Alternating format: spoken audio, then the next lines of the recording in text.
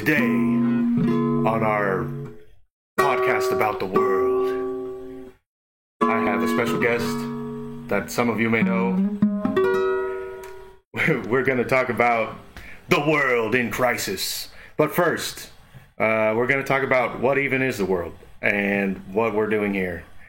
And so, my name is Lex White. I am a guy that is currently broadcasting you from deep beneath Antarctica. As you can see from the window behind me, that's just a hologram. Don't worry about that. And joining me today is my good friend Pitch. We know each other from Discord. We talk very often. He is a member of a Soritan secret society, perhaps, and perhaps an insider of government information, or perhaps not. And welcome, Pitch. Oh, hello. And today is March 16th, 2020, and there is a lot of stuff in the news that we're not going to talk about because our opinions don't matter, and neither do yours, and it's going to happen either way. So we're just going to have a fun time talking about the philosophy of the occult and maybe various conspiracy theories and see where we land. It's great. All right, so we began our discussion of what we should even talk about by saying, let's talk about what even is the world, which is kind of one of those core philosophical topics that you would oftentimes hear discussed in like a philosophy 101 class. But I think that we have some interesting takes on it that we can share. And do you have any opening remarks about what you think the world is? Well, I just wanted to say why this topic was suggested and why I thought about it, why this question should be, well, I don't think it's possible to answer it, but why it should be discussed anyway. Okay. Because when you don't have conception of the world, not a working model, because I think it's impossible beyond the science book, but a lot of people don't think about it as is and don't have a concept, and without that concept, without even a dialogue about this topic, how can you just basically think about anything if you don't have a conception of the world, of the physical and both metaphysical? You really cannot go on. And the reason for this much confusion as we see today, I think that's one of the main reasons, I would say, for the general being obtuse. Yeah, I would say it's a major contributor to societal tension and kind of societal wrongdoing. I think that people have a fundamentally flawed view of what the world is, and in a certain sense, humans always have and probably always will, but we are gradually developing a more and more clear view that it used to be that religion and spirituality were the dominating factors in people's worldview, and we've recently, in the past 300, 400 years, moved in the West toward a more materialist, scientific point of view. And I think that we're coming around full circle to the end of that. Not necessarily the end of materialism, but a remarriage or rebirth of materialism as a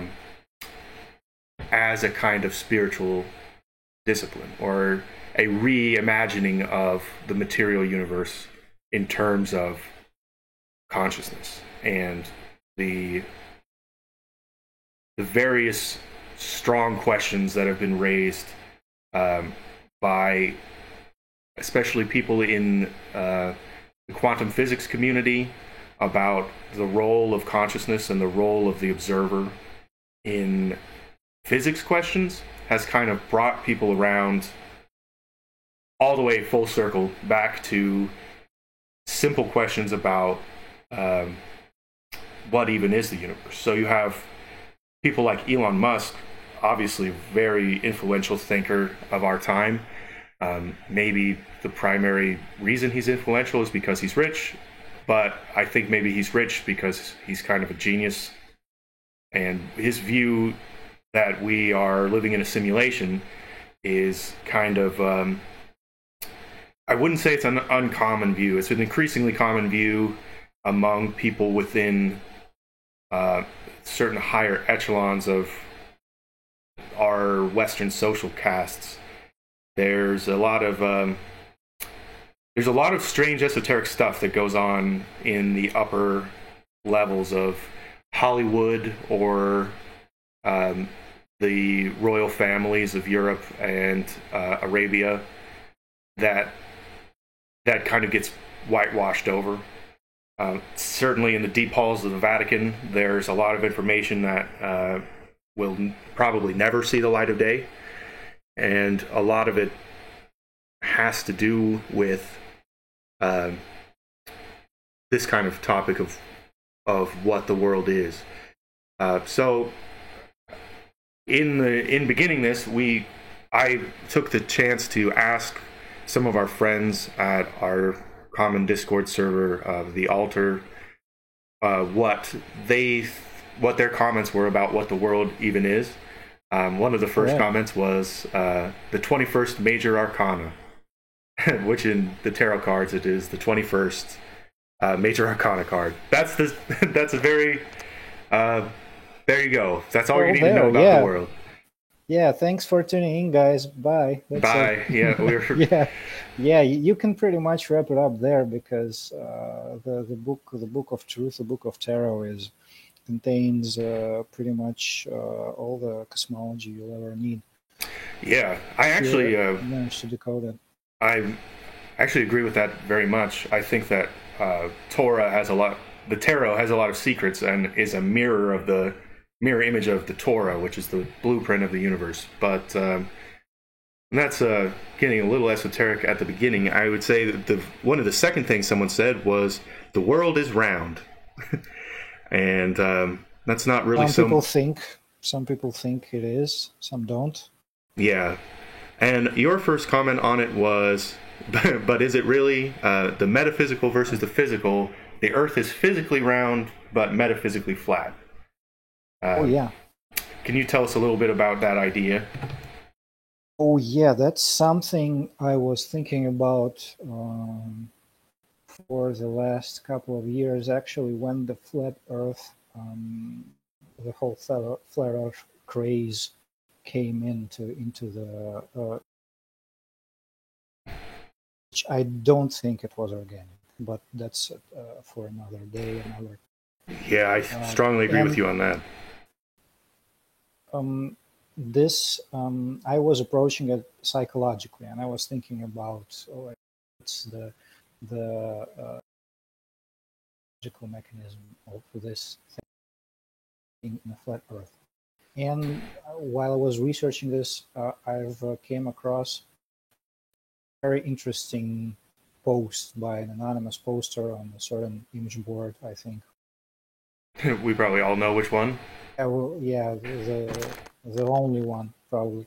And this person said that the Earth, the physical shape does not matter as such, because this whole thing, it's a plane, it's an existence, and the arguing about a shape is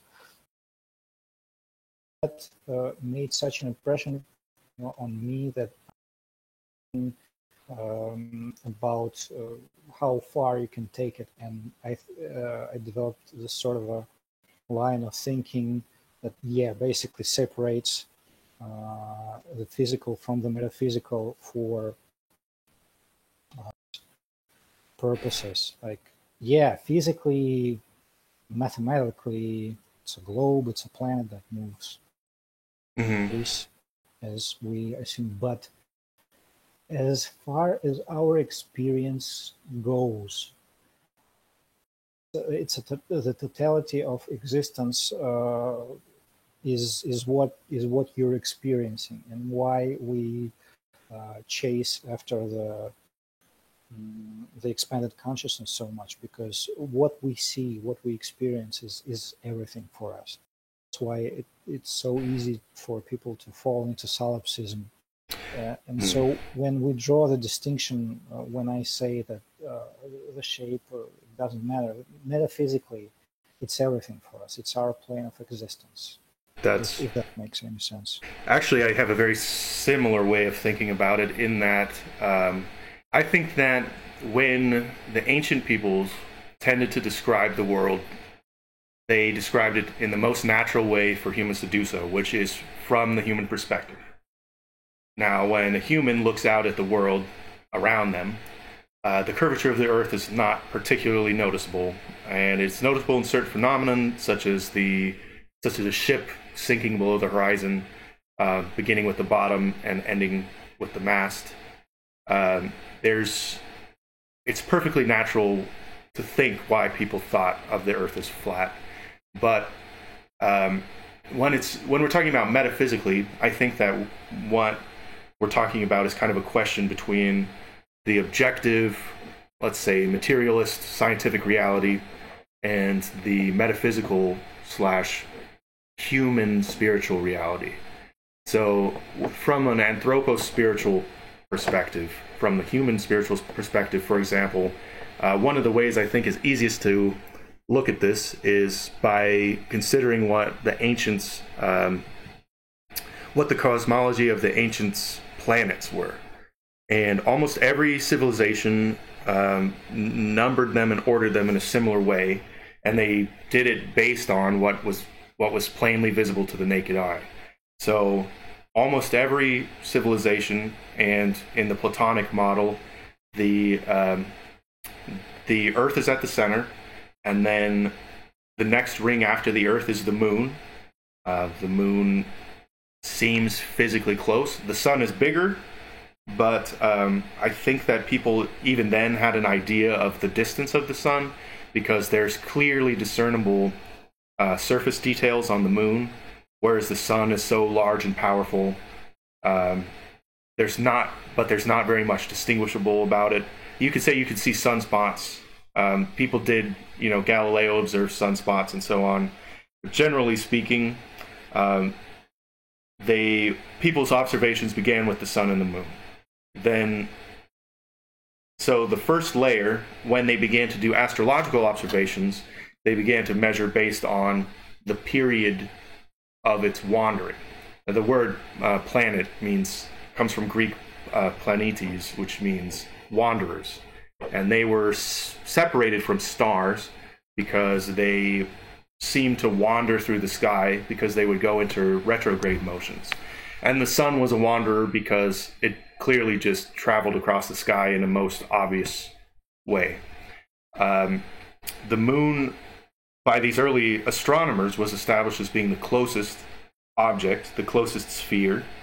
And when you hear them talk about the 7 celestial spheres, they're usually speaking of these 7 planetes, which is, in order, it would be the Moon, and then you could get some argument about whether Venus or Mercury is next, and then the Sun is after that. And the reason why Venus and Mercury are put on this side of the Sun, the ancient peoples were clearly able to discern from looking at the sky that Mercury and Venus's orbits were tied to the solar orbit. Whereas, so for example, Venus never gets further than 30 degrees of sky away from the Sun, which implied to those people that it was attached somehow to the Sun. Then when you're looking at Mars, which is outside of the Earth's orbit, they put that after the Sun, because the Sun did not appear to have an effect on Mars or on Jupiter or on Saturn. And the reason why, as we know from our heliocentric model, The reason why is because the Earth is between Mercury, Venus, and Mars, Jupiter, Saturn. So that's the reason why we perceive them differently. But if you see it, if you just focus on the Earth and you look at it as the Earth, the order of the planets actually has a pretty clear pathway that is in line with these old geocentric models, because the Earth is clearly the thing closest to us. The Moon is also pretty close. Venus and Mercury are approaching the Sun. Then there's the Sun, and then there are Mars, Jupiter, and Saturn that are further and further out. And the reason why they could tell that they were further and further out was the speed of their travel. They figured that Jupiter and Saturn must be further away because they were moving slower. Those kind of common sense observations astronomically led people to create the geocentric model of the universe, which is still, I still think it is the prevailing metaphysical model of the universe, because from the human perspective, it's pretty much as accurate as it gets. Do you have any comments on that? Yeah, I think I agree completely. I do not. I mean by that, I don't think there's like some grand conspiracy to put and that every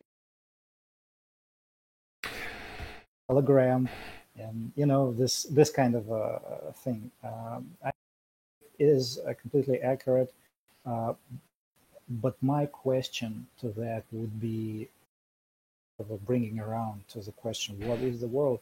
The question here for me would be, is this a random organic bang, like bush? It appeared and arranged itself in this very precise, very mathematical way, and lending to our systems of observation like math and geometry. And I think that did it? Yeah. I think that it's a very natural question to ask. Do you have further thoughts on that? Yeah, or was it arranged by guiding intelligence? Well, that's the big question, really. Is it made, or is it self-made, or is it accidental? I would say, I will go ahead and just say that I'm in the camp of people who believes that it was created, but in that sense, I also believe that it is self-created. That means that in the substance of the divine, or God creates within himself. So within, if you have a great infinity, which is what I imagine the universe to be, and many, if you read the Tao Te Ching, or if you read the ancient Hermetic texts, the idea is that the universe began as an infinite oneness, as a unified, infinite substrate that really had no distinctions or characteristics whatsoever. But within that, there was a certain motion toward expression, a certain want or desire to create. And for example, in the Jewish Kabbalah book, Kabbalah means tradition. So it's a traditional Jewish book, Sefer Yetzirah. It's of unknown authorship, but it is claimed to have belonged to Abraham, and to have been given by God to Abraham. And some people even believe that it was given by God to Adam. But it is the book of creation that explains the exact mathematical methods that God used to create the universe. And the very first line of the Sefer Yetzirah is, with 32 paths of wisdom engraved Yah, which in Hebrew can also be an imperative, meaning an instruction to you, saying, with 32 paths of wisdom, engrave Yah on the universe or in your heart. The 32 paths of wisdom are the 22 letters of Hebrew and the 10 Sephirot, which represent the 10 numbers. And together they make up the lines and points on the tree of life, with a figure known as Etz Hayim, the tree of life. The importance of that, as the Sefer Yetzirah goes on to explain, is that God created essentially with a trinity of things. And they were Sefer, Sephar, and Sipper, which are, I believe I'm getting that correct, they are quality, quantity, and communication, or the marriage of quantity and quality to describe things. So things from the very beginning, from this traditional Jewish sense and Judeo-Christian kind of cosmology, the beginning part of the world is actually in words and in language itself. It's rooted in, you could almost think that this defines the world as being like a novel or being like a great encyclopedia. That's why the Torah is seen as being the book of the world, or the book of the law of the world, the blueprint that the universe follows. And when we look at the universe, in order for us to describe anything, we're pretty much capable of describing anything in the universe with 22 letters and with 10 numbers, and with the ability to combine them into their various combinations. There's really nothing in the universe that you can't describe with words. And another way to think about that is actually the way that the I Ching explains the universe, which is that everything in the universe can be explained as a 1 or a 0, or a combination of ones and zeros, as we have in binary code on computers. Everything in language and everything in communication can be seen as a combination of two primordial forces, a positive force and a negative force, the yin and the yang, or the masculine and the feminine force. In the Taoist cosmology, that the I Ching is, that's rooted in the I Ching, actually. The I Ching is quite a bit older than the Tao Te Ching, which was written by Lao Tzu. But that cosmology is rooted in this idea that there was a great infinity. And this great infinity that was completely nameless and endless, and what the Jews called Ein Sof, meaning the thing that is beyond all names, beyond all comprehension. It's the thing that's completely transcendent, completely transcendent infinity. Inside of that, the first action that one imagines the creator would have to take is to decide to separate what exists from what does not exist. In other words, to create a 1 and a 0, a space where something exists and a space where nothing exists. To create a vacuum and then things that exist inside of a vacuum. And that basic principle of Taoism and the I Ching can be seen as being the root of the kind of a Big Bang idea, that at that moment, what was once entirely unified split into two basic things, which is things that exist and things that don't exist. And so empty space is filled with things that don't exist, and that may exist at some point, that may be filled with things to move in it. As a thing that exists moves through a space of things that don't exist, it gradually makes itself exist in those spaces. That to me is a very fascinating idea, especially because it's essentially the idea that through Gottfried Leibniz and his invention of the binary mathematics of the West, he invented the language that brought us to computation in terms of computers. So our modern technological revolution is essentially based in us coming to understand that idea of the world, the idea of the world as a binary code. That's not to say that I believe in dualism. I actually am not a dualist. I believe in an ultimate reality that encompasses both polarities. But the basic idea of reality is the movement between two poles. What Heraclitus called enantiodromia, which means to run to the opposite, which is that a thing, once it becomes so much itself, it will naturally tend to run to its opposite pole.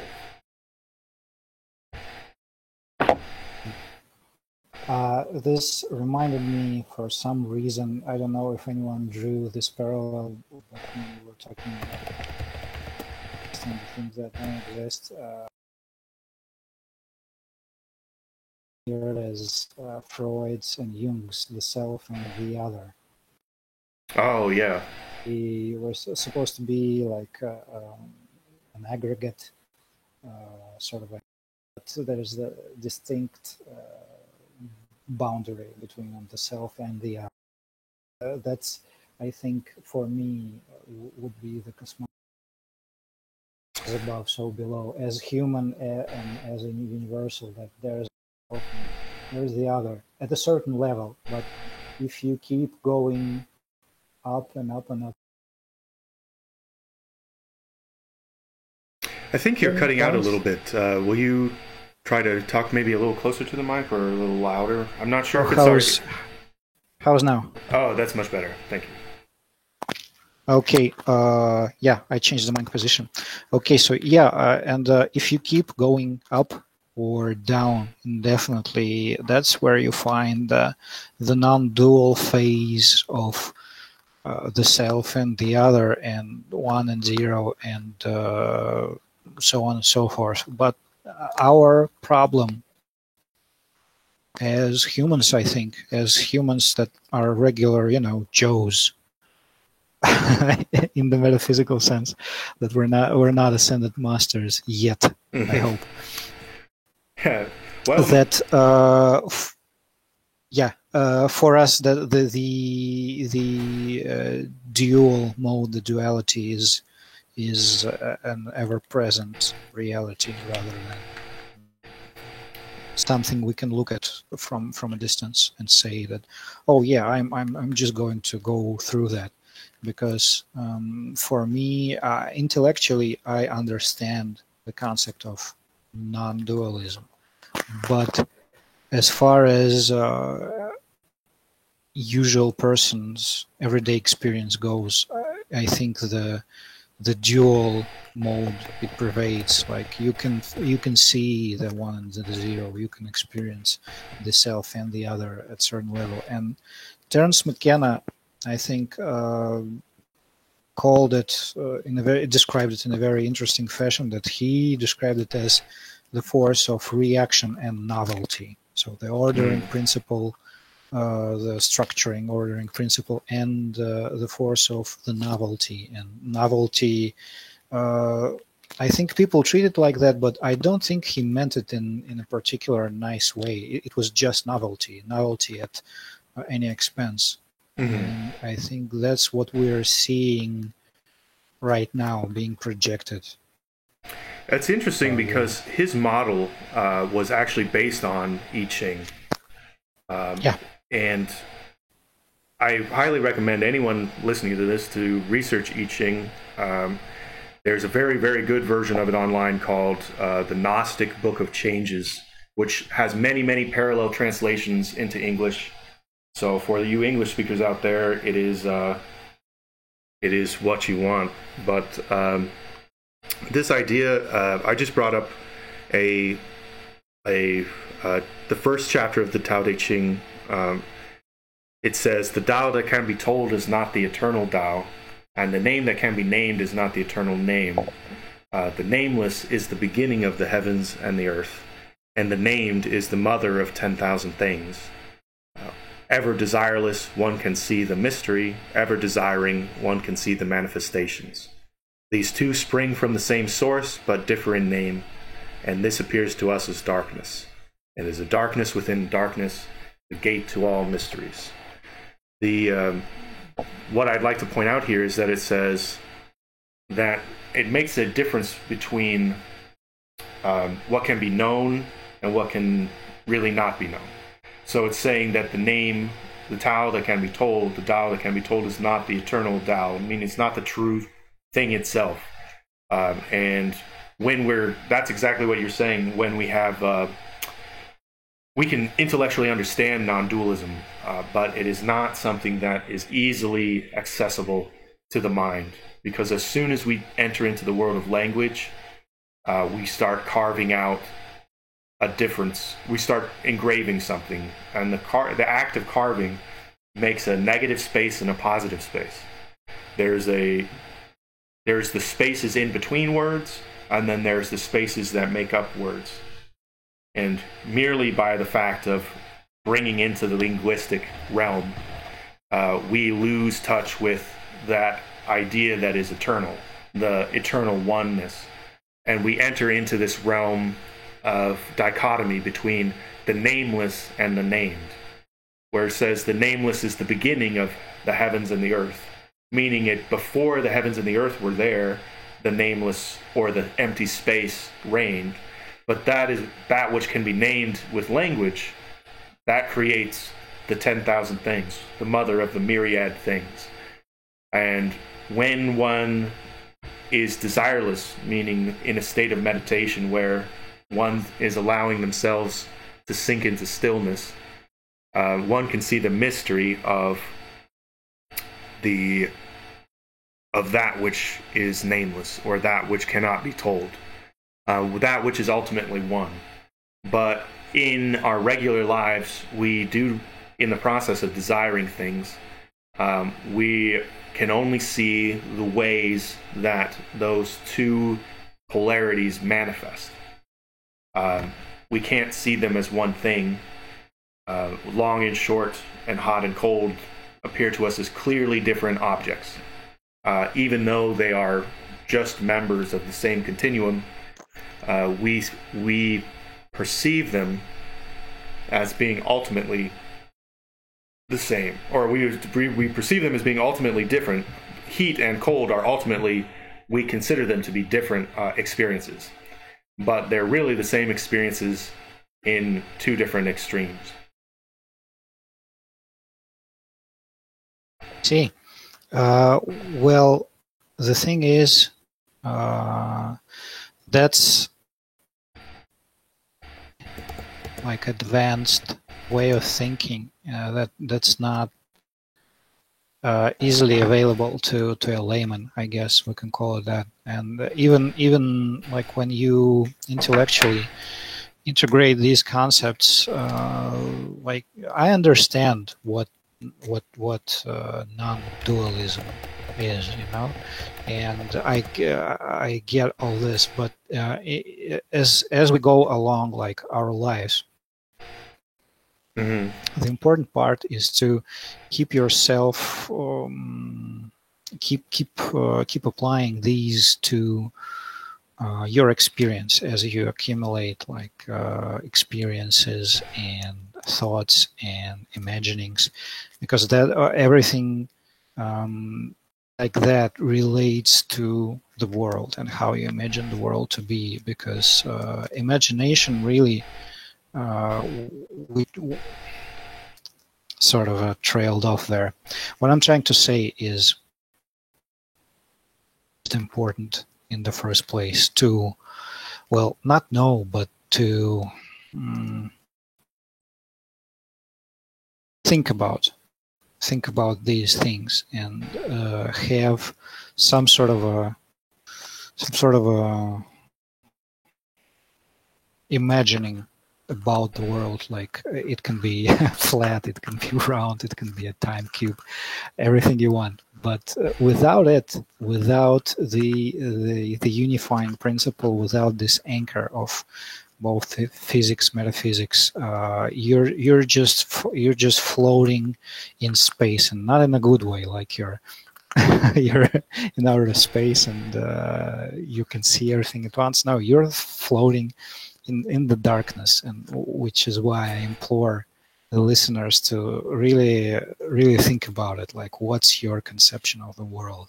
What do you think the world is? And it's not necessary that you have to arrive to an answer. Absolutely have to. But even thinking about it like as a form of meditation, it can really help you out, because maybe your encounter with certain experiences will be less painful.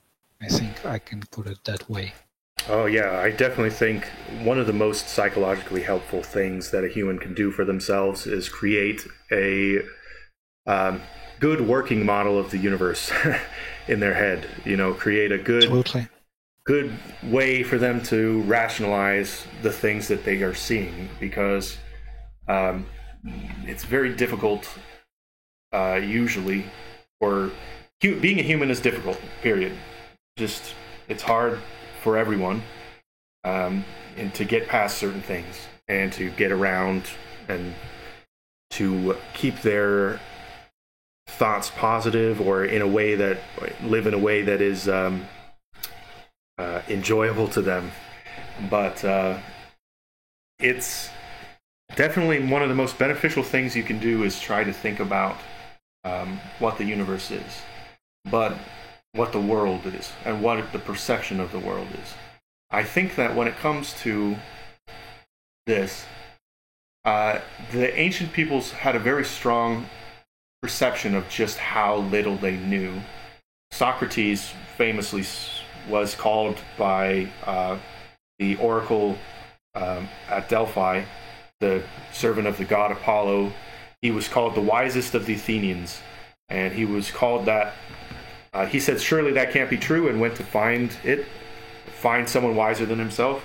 And Athena told him that he was the wisest of them, because of all of the Athenians, he was the only one who knew that he knew nothing. And the rest of them believed that they knew something when actually they didn't know anything. So they were in error, whereas he saw clearly that just how little he knew. In that sense, that passage of the Tao Te Ching, when it says, these two spring from the same source, but differ in name, and this appears as darkness, darkness within darkness. In the Bible, Psalm 18:11, it is written of God, he made darkness his secret place. His pavilion round about him were dark waters and thick clouds of the skies. I always found this to be a beautifully poetic passage, because it goes to show that God is kind of surrounded in this murk, intellectual murk for humans. And there's a saying among Muslims that between you and God are 10,000 veils, but between God and you there are none.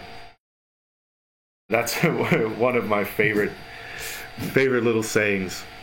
But I think that when I'm trying to figure out what the world is, I like to turn to one of my favorite philosophers is Immanuel Kant, and he said that the human mental apparatus is essentially based on three things.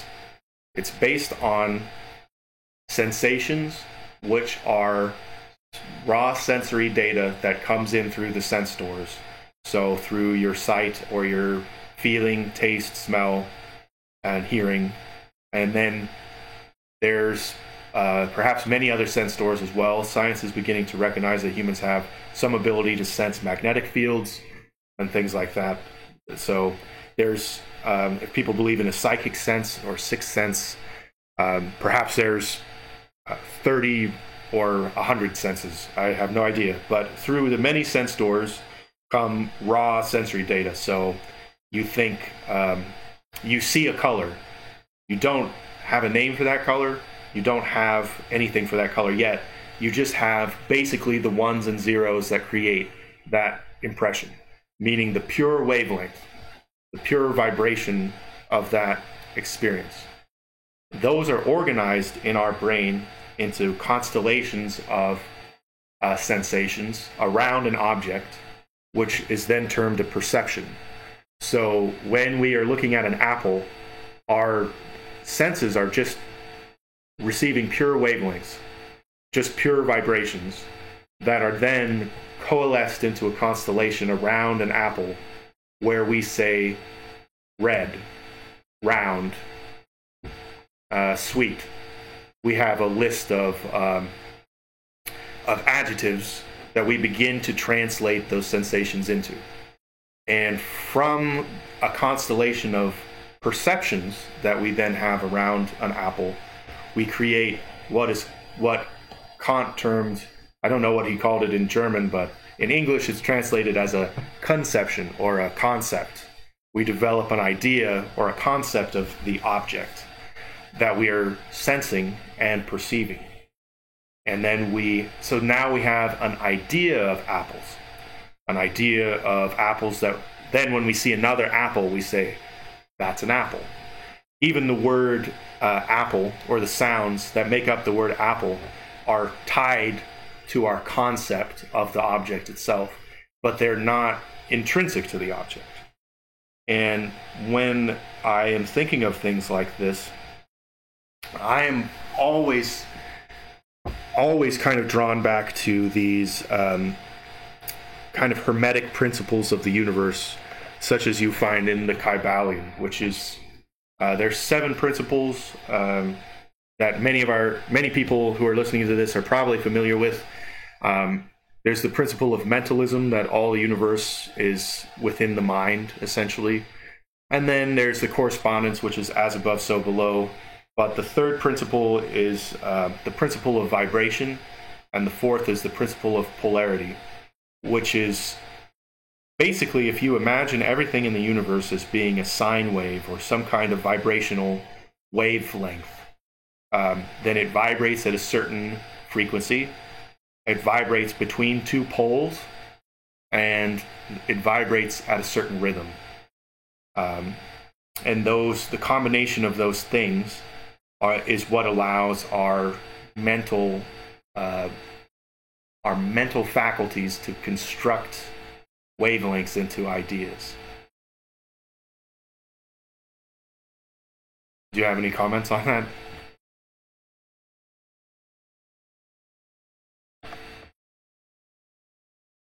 Oh, it looks like we lost the call. Let me see. Let me restart the call here. Oh, strange. Uh-oh. Looks like Discord's going down. I have several servers going down. Pitch is telling me that he has servers going down. And our call is now unavailable. Well, that is unfortunate. I would say there's some, just to further that idea, the wavelengths that we experience in the universe. That is essentially what Heraclitus was talking about enantiodromia, or a thing running to its opposite. The interaction of waves causes some degree of cause and effect. And in the end, a lot of this kind of coalesces or corresponds into a certain story or narrative. And that gets to the crux of what I was going to mention, which is that I believe the essential nature of the universe is in building stories and building narratives. And that is the primary goal of the mental faculties of the human being is combining many, many sensations into a cohesive story. I think because of our technical difficulties, let's see, we're currently at 45 minutes. This is a nice first podcast. I will go ahead and leave it here. We will try to pick this up again soon. But it does look like Discord is going down. I hope they are not hitting the internet kill switch. There's a lot going on that I'm sure you already know about. But let me play us a little blessing or a prayer. Because there's a lot going on in the world, and we could definitely all use a few more prayers.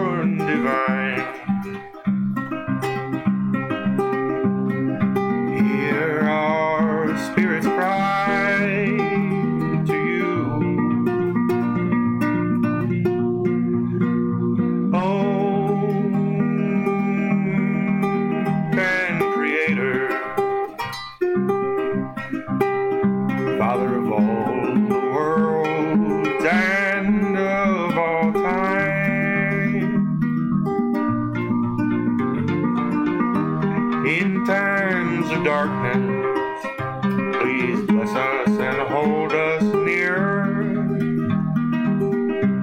In times of strife, let us remember what is dear.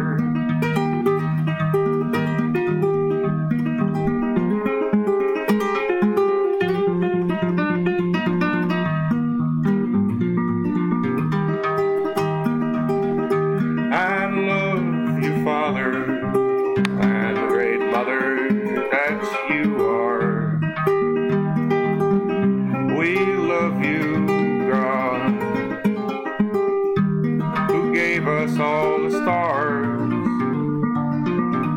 remember us in these days of trying times. Give us our daily bread lines, and please no bread lines, just some daily bread to get us by. Oh Father, remember us fondly and keep us close.